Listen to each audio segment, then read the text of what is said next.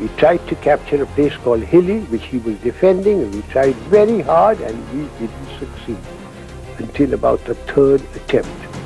And he fought gallantly, and I did send him a personal letter. And when I went to Pakistan after the conflict, I went twice.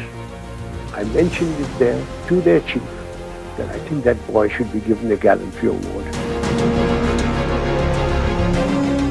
पाक सरजमीन का एक ऐसा मर्द मुजाहिद जिसकी बहादुरी ने दुश्मन पर ऐसी धाक बिठाई कि दुश्मन फौज के सरबराह ने खुद पाक फौज के सिपाही सालार से इस जवान के लिए तमगे की दरख्वास्त की। ये वो वक्त था जब मशरकी पाकिस्तान में पॉलिटिकल इंस्टेबिलिटी की वजह से खाना जंगी छिड़ चुकी थी और भारत अपने घटिया मंसूबे से पाकिस्तान को नुकसान पहुंचाने की ठान चुका था। दुश्मन फौज के मशरकी पाकिस्तान पर हमला करने के मंसूबे में पहली रुकावट शिमाली सरहद पर मौजूद पाकिस्तान की एक छोटी सी फौजी चौकी थी। न्यूमेरिकल और एरियल सुपेरिटी यूनिटी, मुक्ति बाहिनी की मदद और हैवी आर्टिलरी की मदद से कमालपुर चौकी पर कब्जा यूं तो घंटों का काम था, लेकिन दुश्मन को क्या मालूम मिलिट्री हार्डवेयर पर इन्हिसार करने वाली फौज से नहीं बल्कि जज्बा ईमानी से सरशार लश्कर से था।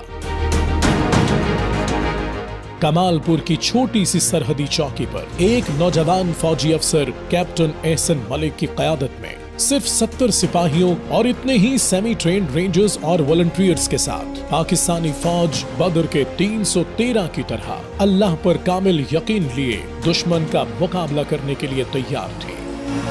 22 अक्टूबर 1971 को इंडियन फौजियों और मुक्ति बाहिनी ने मिलकर चौकी पर हमला किया, जिसमें उन्हें बुरी तरह शिकस्त हुई। ब्रिगेडियर हरदेव इब्तदाई नाकामी के बाद स्ट्रेटजी बदलने पर मजबूर हुए और उन्होंने 2 बटालियन की मदद से चौकी का मुकम्मल मुहासरा कर लिया और आर्टिलरी से भारी बमबारी का आगाज कर दिया।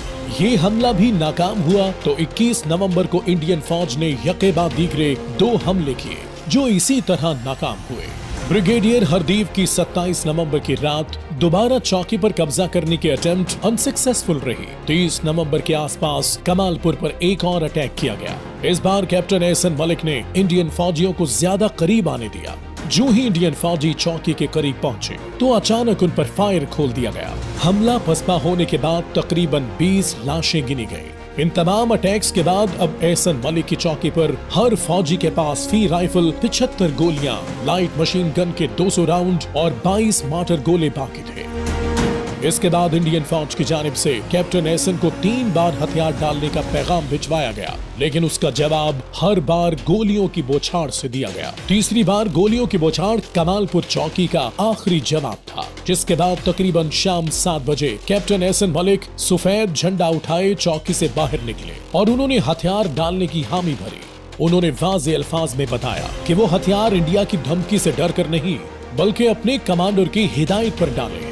कैप्टन एहसन मलिक ने 21 दिन तक मुहासरे के बावजूद बहादुरी से सिर्फ 140 नफरी के साथ एक पूरे ब्रिगेड को रोके रखा, जिस पर इंडिया के army chief general same Manekshaw ने उनको एक तहनीती पैगाम भिजवाया और फौज को हिदायत की कि कमालपुर का बहादुरी से दिफा करने वाले पाकिस्तानी फौजियों से इज्जतदाराना सलूक करें। कैप्टन एहसन सिद्दीक मलिक को सितारे जुर्रत दिया गया। वो बाद में फौज से कर्नल के ओहदे से रिटायर हुए। शायद वो वाहिद ऐसे फौजी हैं जिनकी बहादुरी का इतराफ और उन्हें तमगा देने की सिफारिश मुखालिफ फौज के सरबराह ने खुद जाती हैसियत में की।